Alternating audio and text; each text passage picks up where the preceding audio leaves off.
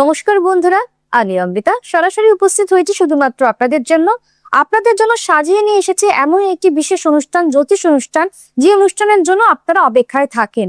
অনবদ্য অন্যতম ক্লাসিফিকেশন কিন্তু নিয়ে আসি আমরা এই অনুষ্ঠানের মাধ্যম দিয়ে। যাকে নিয়ে আমরা গরহাজির হয়েছি তিনি হলেন বৈদিক অ্যাস্ট্রোলজার অরূপ শাস্ত্রী মহাশয়। তাকে আমরা জয়গুরু হিসেবেই চিহ্নিত করি আর তিনি সেই নামেই কিন্তু আমাদের কাছে পরিচিত।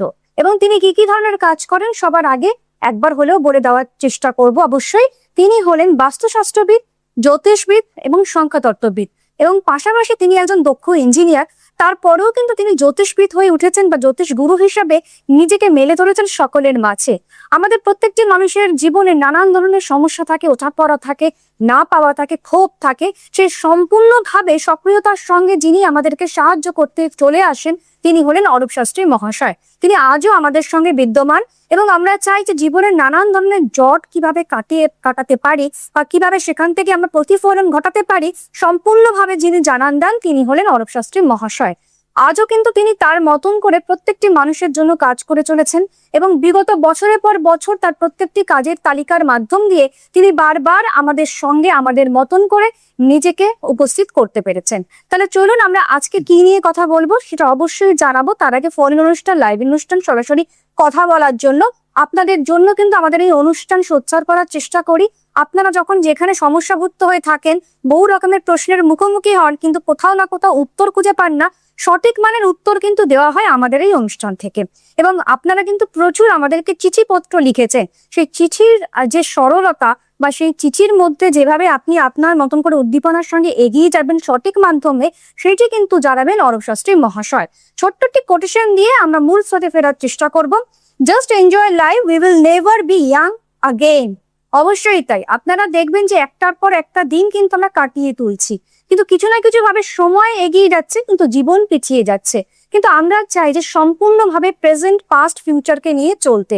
প্রেজেন্টকে অর্থাৎ বর্তমান সময়কে ভালো করতে গেলে আমাদের অবশ্যই অতীতের থেকে শিক্ষা লাভ করা উচিত এবং ভবিষ্যতে ভালো ভালো স্বপ্ন দেখা উচিত। স্বপ্ন পূরণ করতে গেলে বর্তমানকে কিন্তু একটু অন্যরকম ভাবে আমাদের জন্য উপযোগী করে তুলতেই হবে।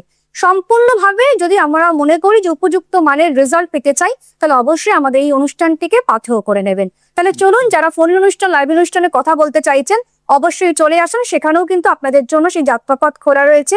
আপনারা আসবেন, আপনাদের প্রত্যেকটি প্রশ্নের উত্তর নিখুঁতভাবে জানবার চেষ্টা করবেন এবং আমাদের সঙ্গে যিনি রয়েছেন তার কথাও কিন্তু আমরা শুনবো মনোযোগ সংযোগ লাগিয়ে। নমস্কার দাদা। জয় গুরু, জয় গুরু। অনেক অনেক অভিনন্দন আপনাকে আমাদের সঙ্গে পেয়ে, আমরা সত্যি খুব আপ্লুত, অভিভূত। অবশ্যই তাই। এবং আমরা চাইছি যে আমাদের চিঠিপত্র যেগুলো রয়েছে সেগুলো নিয়ে কিন্তু আমাদের একটু হলেও পথ চলা শুরু হবে। আপনারা অনেক কষ্ট করে দূর দূরান্ত থেকে কিন্তু চিঠি লিখেছেন আমাদের কাছে, কেউ মেল করেছেন, কেউ হয়তো নিজে হাতে লেখা চিঠি পাঠিয়েছেন। সেই চিঠিগুলো পড়বার চেষ্টা করব এবং আমাদের মতন করে জীবনকে কি করে সাজিয়ে তোলা যায় সেগুলো জানবো অরূপ শাস্ত্রী মহাশয়ের কাছ থেকে। প্রথম চিঠি যিনি লিখেছেন, আচ্ছা চিঠি পড়বো তার আগে ফোন এসে গিয়েছে, আমরা দেখে নেবো কে রয়েছেন আমাদের সঙ্গে। প্রথম বন্ধু, হ্যালো নমস্কার, কে বলছেন? হ্যালো, নমস্কার। হ্যাঁ একদম। আমার বোনাম নেবেন?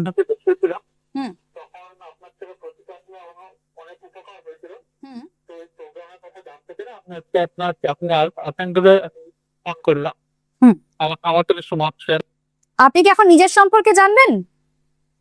আপনি কি নিজের সম্পর্কে জানবেন এখন? আচ্ছা, আপনার ডেট অফ বার্থটা বলবেন। একটু ডেট অফ বার্থ বলুন না। আরেকবার বলবেন। আচ্ছা সময় হচ্ছে 10:45। আচ্ছা, সকালবেলা সকাল 10:45। আচ্ছা, বার্থ প্লেস কলকাতা। আচ্ছা ঠিক আছে, এবারে বলুন আপনার প্রশ্নটা কি রয়েছে। আমার হচ্ছে আমি পদ দপ্তরে করছি, তো আমার এবছর পরীক্ষা আছে। আচ্ছা কি সকল পরীক্ষা হচ্ছে আপনার পেনশন কবে দেওয়া তা পরীক্ষা সামান যাবেন, পরীক্ষা যাবে না, ডক্টরেট কমপ্লিট পাবেন না। বাহ, খুব ভালো ভালো প্রশ্ন রয়েছে। ক্যারিয়ার ওয়ার্ল্ডে গড়তে গেলে অবশ্যই এই প্রশ্নের মুখোমুখি আমরা হয়ে থাকি। আপনার একটু বলি, আপনার তুলা লগ্ন আর বৃষ রাশি। আপনি কি জানেন যে আজকে কেন আপনি কলটা করেছেন? কেননা আজকেই বিশ্বরাশি চলছে, আজকে বিশ্বরা যারা কল করবে তাদের অবশ্যই বিশ্বরাশির গুণ থাকবে এবং ভালো করেই থাকবে। মানে এর নামে হচ্ছে জ্যোতিষ। জ্যোতিষ যে কত সত্যি এটা আমরা জ্যোতিষ শিখলে আমরা পুরোপুরি জানতে পারি। আপনার যেটা আমি দেখতে পাচ্ছি, বৃহস্পতি রবি পুরোপুরি কর্মস্থানে আছে, শুক্র মঙ্গল বুধ তিনটে গ্রহ আপনার মেন সাকসেস ঘরে আছে। এই সাকসেসের দিক থেকে আপনার কিন্তু খুবই ভালো যোগ আছে। আপনার ম্যারেজের পরে কিন্তু আপনার আরো ভালো মানে উন্নতি হবে সব দিক থেকে, ইনকাম উন্নতি, ওয়াইফ সব দিক থেকে আপনাকে সাপোর্ট করবে। কারণ তুলা লগ্ন মানেই মঙ্গল পড়ে যে আমাদের শক্তি, আপনার ওয়াইফই হবে আপনার শক্তি। কিন্তু আপনি মেন যে মানে যেহেতু সাকসেস ঘরটা সবকিছু সাকসেস বোঝায়, শুধু ম্যারেজ নয়, আপনি যে কোনো ব্যাপারে সাকসেস আপনার খুব কুইক হবে। এবং আপনার ভাগ্যপতি বুধ যেহেতু মেন সাকসেস ঘরে আছে, আপনার সবচেয়ে আমি দেখতে পাচ্ছি আপনার হায়ার এডুকেশনটা খুবই ভালো, একটু নয় খুবই হবে। শনি খুব স্ট্রং হয়ে আছে, তুলা এবং বৃষদের জন্য শনি যেহেতু আমাদের রাজ্যকারক গ্রহ, সে শনি খুব স্ট্রং হয়ে আছে, ভাগ্যস্থানে আছে, কর্মপতি পড়েছে, বিদ্যাস্থানটা খুব স্ট্রং হয়ে আছে। সুতরাং বিদ্যা হায়ার এডুকেশন খুবই ভালো সবচেয়ে আমি যেটা দেখতে পাচ্ছি। এবং আপনার যেটা যোগ আছে ইন ফিউচার চাকরির যোগ আছে, বিশেষ করে সবচেয়ে আমি দেখতে পাচ্ছি যে কর্মস্থানের সাথে পঞ্চম ঘরে কানেকশন এবং ভাগ্যস্থানের সাথে D60 মেন চার্ট নবাংশ এবং দৃক্কান সবচেয়ে আমি সেটা দেখতে পাচ্ছি। সুতরাং আপনার হায়ার এডুকেশনের জন্য এবং ওই এডুকেশন রিলেটেড কোনো জব যদি হয় আপনার জন্য খুব ভালো হবে। যেটা একটা খারাপ একটা ইন্ডিকেশন আমি এখানে দেখতে পাচ্ছি, যেটা আমি সবাইকে গাইড করে দিই, যেটা খুবই বাজে লক্ষণ একটা দেখতে পাচ্ছি। আপনার রাহু কেতু কিন্তু মেন চার্টের মধ্যে তিনটে চার্টে পুরো লো আছে পুরোপুরি। এটা কিন্তু দুরারোগ্য, ব্যাধি, গুপ্ত শত্রু এবং রোগ, এই তিনটের বড় কিন্তু ইন্ডিকেশন। এবং যে ঘরে থাকবে সেইখান থেকে শত্রু রোগ এগুলো আসবে। বাজে যে আমাদের এক একটা রাশি তো আমাদের বিভিন্ন অঙ্গকে ইন্ডিকেট করে, তা সেই ঘরগুলোকে কিন্তু মানে সেই সব যেখানে রাহু কিন্তু লো হয়ে আছে সেই সব অঙ্গে কিন্তু আমাদের রোগ হওয়ার পুরোপুরি সম্ভাবনা থাকে। এই রাহু কেতুকে কিন্তু অবশ্যই প্রতিকার করাবেন, নাহলে কিন্তু খুব সমস্যা। আচ্ছা আচ্ছা, আপনি অলরেডি দেখিয়েছিলেন এবং সেখান থেকে ফলাফল পেয়েছিলেন, তাই তো? তাহলে আমার মনে হয় যে আরেকবার যোগাযোগ করার প্রয়োজনীয়তা রয়েছে। আপনারা চলে আসুন চেম্বার অ্যাড্রেসে, বা যদি অসম্ভব হয় তাহলে আপনারা অনলাইন। আপনার জন্য একটা শুধু কথা আমি বললাম না, বৃহস্পতি খুবই স্ট্রং, বৃহস্পতির মহাদশা শুরু হয়েছে, সেরকম কোনো চিন্তা নেই। বৃহস্পতি 16 বছর জাস্ট শুরু হয়েছে এখানে যেটা দেখাচ্ছে। এর আগে কিন্তু খুব খারাপ মহাদশা আপনি কাটিয়েছেন, রাহুর মহাদশায় কিন্তু প্রতিকার করেছিলেন বলে বেঁচে গেছেন অনেকটা। এবার থেকে আপনার কিন্তু সুন্দর জীবন আর কিছু শুরু হবে, সুখ শান্তিতে সবকিছু ভরে যাবে। কারণ বৃহস্পতি হলো সুখ শান্তির মেন গ্রহ। আপনার কর্মস্থান মানে গৃহস্থান সবকিছু আপনার ভাগ্যস্থানের সাথে পুরোপুরি কানেকশন আছে।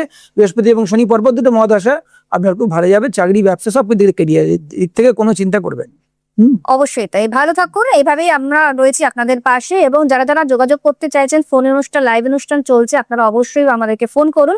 এবং পাশাপাশি যে সমস্ত চিঠিগুলো এসে পড়েছে আমাদের কাছে, তার মধ্যে প্রথম চিঠি আজকে রয়েছে অভিষেক দাশগুপ্ত কৃষ্ণনগর থেকে। বলছেন, গুরুজি আমি একজন অ্যাস্ট্রোলজি স্টুডেন্ট, আমি জানতে চাই চেষ্টা দ্বারা কি পুষ্টি পরিবর্তন করা যায়? না, এটা একটা এটা যেহেতু এটা অনেকেরই কমন একটা প্রশ্ন, ঠিক আছে। মানুষ ভাবে যে তারকদের মানে ওপরে আমাদের কিছু হাতে কিছু আছে কিনা। একদম, কিন্তু প্রশ্নটা এটা আছে ঠিকই, কিন্তু আমি যেটা সবাইকে বলি, প্রশ্ন শুধু করলেই হবে না, প্রশ্ন খোঁজার মধ্যে সেই আধারটাকে তৈরি করতে হবে, শুধু উত্তরটা আমাদের জানতে হবে, ঠিক আছে। অন্যের কথা সম্পূর্ণ বিশ্বাস করে মুখস্থ করলে হবে না। যেটা স্বামী বিবেকানন্দ বলেছিল, ঈশ্বর বলে যদি কেউ থাকে আমাকে দেখতে হবে, এই পথকে আমাকে অবলম্বন করতে হবে, না হলে ভণ্ডের চেয়ে ওই নাস্তিক হওয়া ভালো। এখানে আমি তাই বলবো, আপনাদেরও সেটাকে চেষ্টা করতে হবে। সত্যি কথা আমি যেটা উপলব্ধি করেছি এতদিন জ্যোতিষ করে, প্রায় 19 বছরের উপরে, সেইটা আমি সংক্ষেপে একটু বলছি যে চেষ্টা দ্বারা কখনো পুষ্টি পরিবর্তন করা যায় না। যদি সেটা করা যেত তাহলে কেউ কখনো, আমরা খেটে এতদিন ধরে জ্যোতিষীকে কেউ কোনো প্রেডিকশন করতাম না, বা মুনি ঋষিরা হয়তো বোকা ছিল না যে যেটা পরে পাল্টে যেতে পারে চেষ্টা করে, সেইটা যেটা ভ্যারিয়েবল সেইটাকে আগে থেকে প্রেডিকশন করে সেটার জন্য কোনো সময় নষ্ট তারা করতো না। প্রথম কথা আমরা দেখতে পেয়েছি যে রামকৃষ্ণদেব আগে থেকে কি বলে দিয়েছে, নরেন আমার জগৎ শিক্ষা দেব। যখন মোটামুটি 21 বছর বয়স নরেনের, তখন সেই ভক্তদের মাঝে রামকৃষ্ণদেব সেটা পুরোপুরি সকলের সামনে বলেছিল। নিশ্চয়ই আগে থেকে সব করা আছে, সেটা তো মনে করলে কোনো নেগেটিভ বা পজিটিভ এফেক্টের দ্বারা সেটা কমে যেতে পারতো বা পারতেও পারতো। কিন্তু আমরা দেখেছি না, যেটা বলেছে সেটাই আছে। এবং আমরা যদি স্বামীজির জন্মকুণ্ডলী দেখি সেটাই আছে। ঠিক 29.5 বছরে উনার বৃহস্পতির মহাদশা শুরু হয়, তার আগে লো রাহুর মহাদশা চলছিল, খেতে পাচ্ছে না, গুরু ভাইদের নিয়ে 5.5 বছর উগ্র তপস্যা ছেঁড়া কাপড়ে। সুতরাং যেই বৃহস্পতির মহাদশা শুরু হলো, গুরুদেবের স্বপ্ন, আপনারা যারা যে জ্যোতিষ জানেন শুধু ওনারা মহাদশাটা একটু দেখবেন, তাহলেই বুঝতে পারবেন যে জ্যোতিষ কতটা সত্যি। তা সেই গুরুর স্বপ্ন পেল, তারপরে সেই খেদিরি রাজার টাকা দিল, আমেরিকা গেল, রাতারাতি জগৎ জয়। সুতরাং কেননা বৃহস্পতি তার সাকসেস করে আছে। সুতরাং পুষ্টি কিন্তু চেঞ্জ করা যায় না।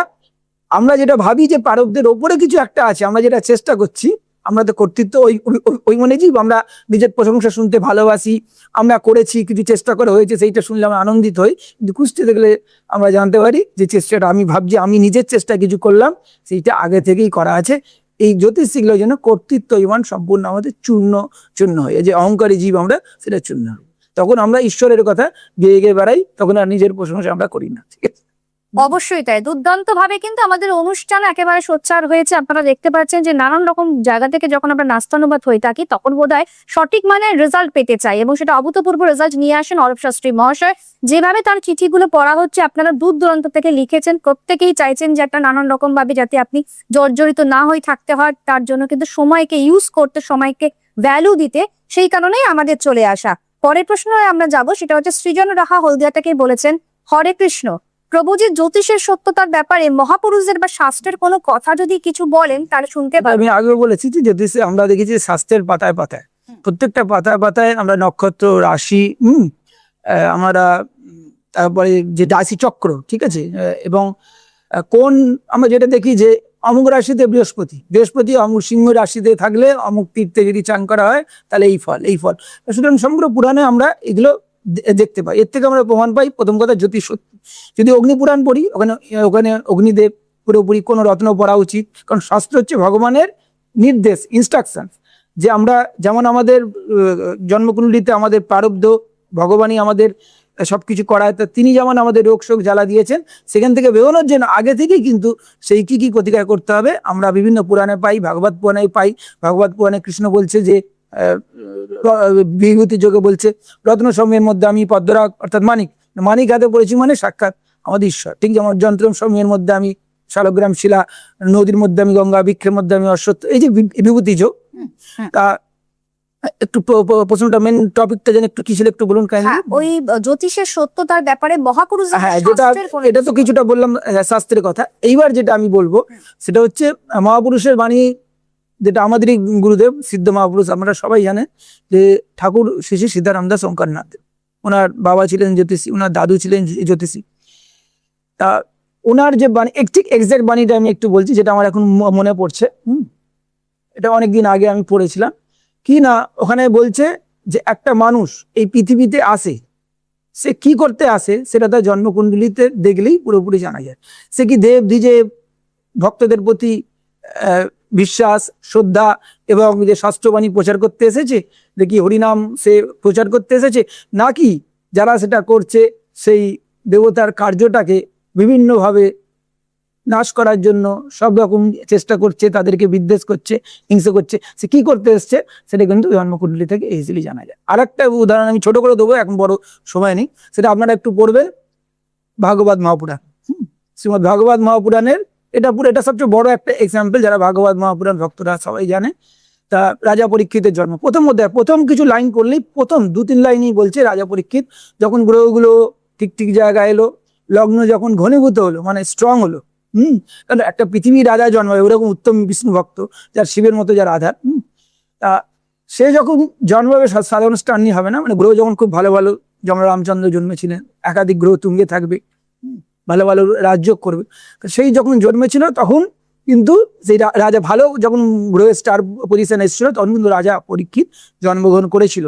এবং আমরা দেখতে পেয়েছি যুধিষ্ঠির সঙ্গে সঙ্গে, যেটা একটা জ্ঞানীর কি করা উচিত, সঙ্গে সঙ্গে সেই কিছু ব্রাহ্মণদের, কিছু জ্যোতিষীদের এনে ওই মুহূর্তে যখন ঠিক নারী কাটা হবে, তখনই কিন্তু সবকিছু, সে যে কিভাবে অভিশপ্ত হবে, ঋষির ছেলে সেই অভিশাপ দেবে, 7 দিন টাইম থাকবে, তক্ষক দংশনে মিথ্যা হবে অভিশাপ দেবে, কিন্তু সেই অভিশাপটাও কিন্তু ফলেছে। যেটা একটু আগে আরেকজন যে অন্য একটা প্রশ্ন করেছিল যে চেষ্টা করে চেঞ্জ করা যায় কিনা, চেষ্টা করে কিন্তু চেঞ্জ করা যায়নি।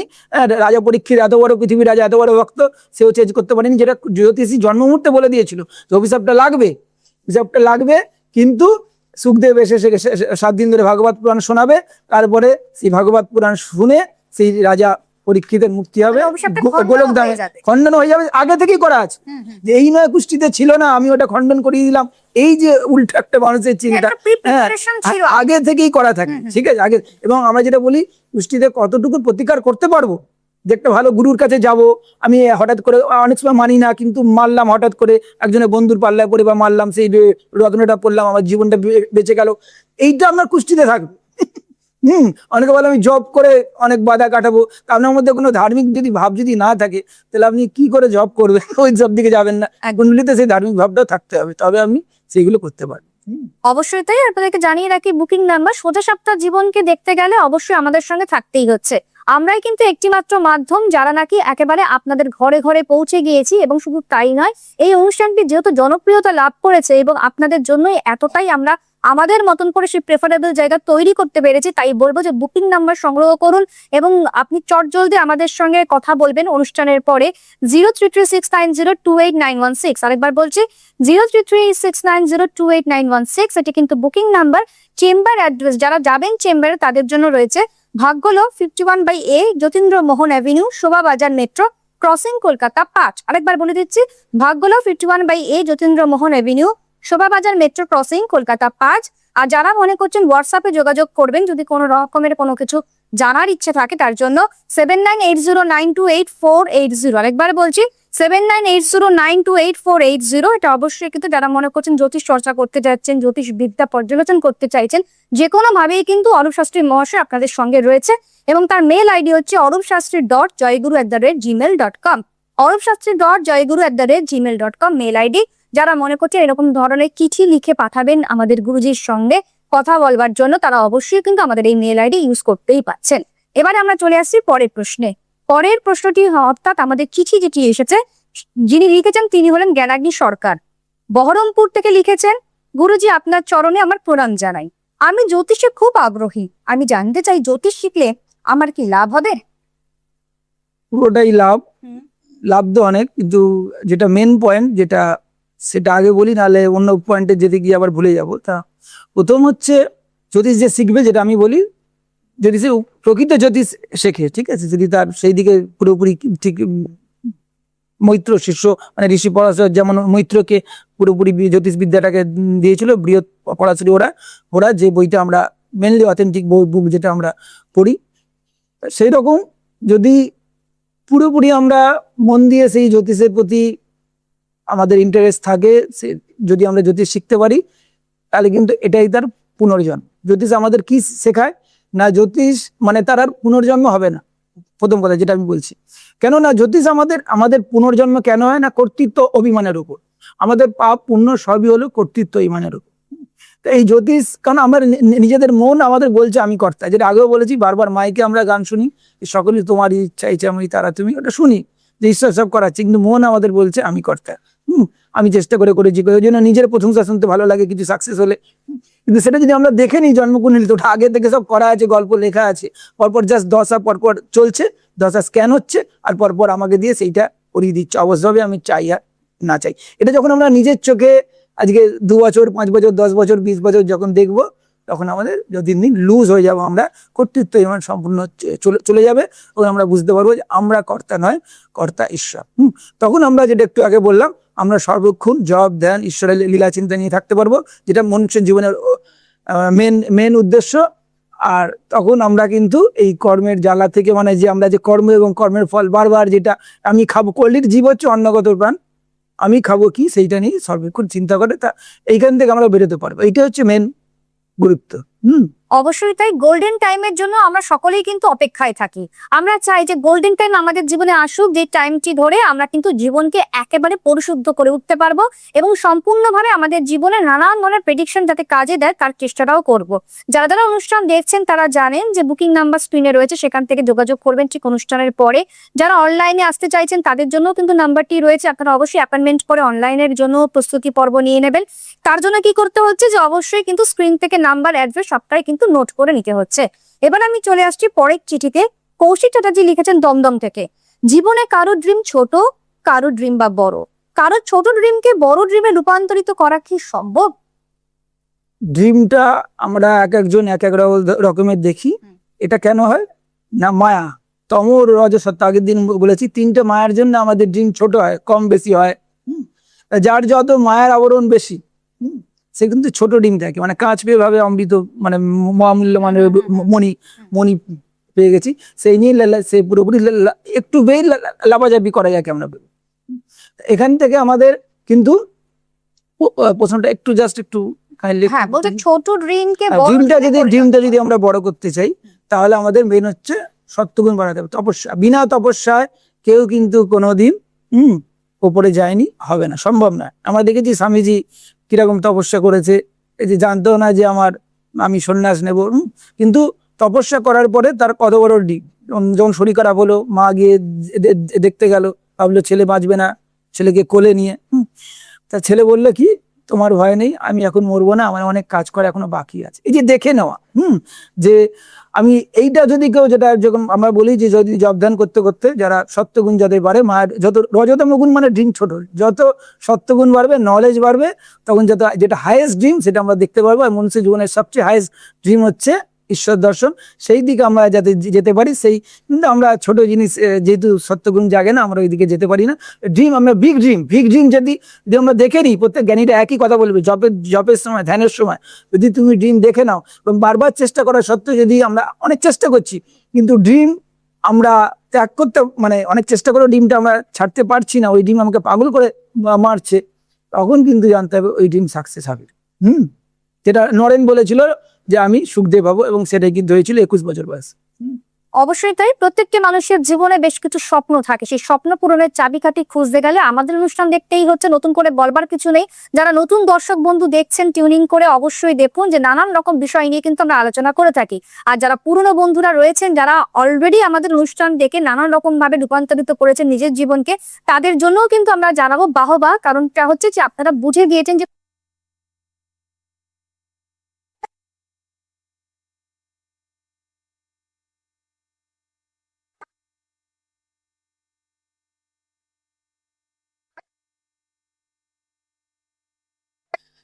আমাদের মুখ, আমরা গানটা করি তো মুখ দিয়ে, ভয়েস ডাবের এটা হচ্ছে সেকেন্ড হাউস, বাক্সস্থান।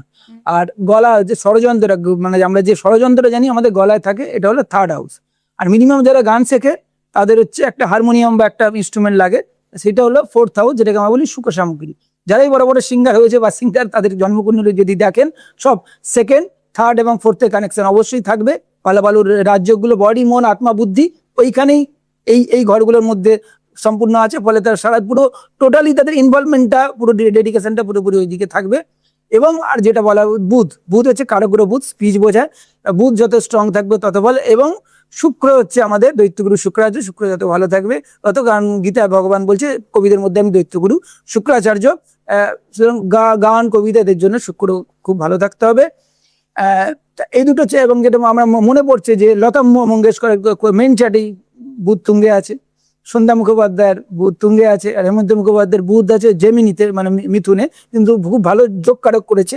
তা বুধ খুব স্ট্রং থাকতে হয়, তবে তারা খুব ফেমাস হয়। মানে গানের একটা কাউকে একটু আপনারা কর্মকুণ্ডলীটা একটু দেখিয়ে নিন, ভালো কোনো জ্যোতিষীকে, সব চার্টে যত যে ঘরগুলো বললাম এই ঘরগুলো এবং বুধ আর শুক্র যত ভালো থাকবে তত কিন্তু আপনার পুরোপুরি সেই দিকে ইনভলভমেন্টটা হবে।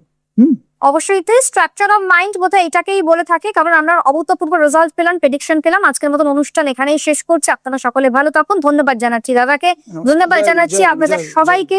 ছিলাম অমৃতা, ভালো থাকুন, আনন্দে থাকুন, নমস্কার।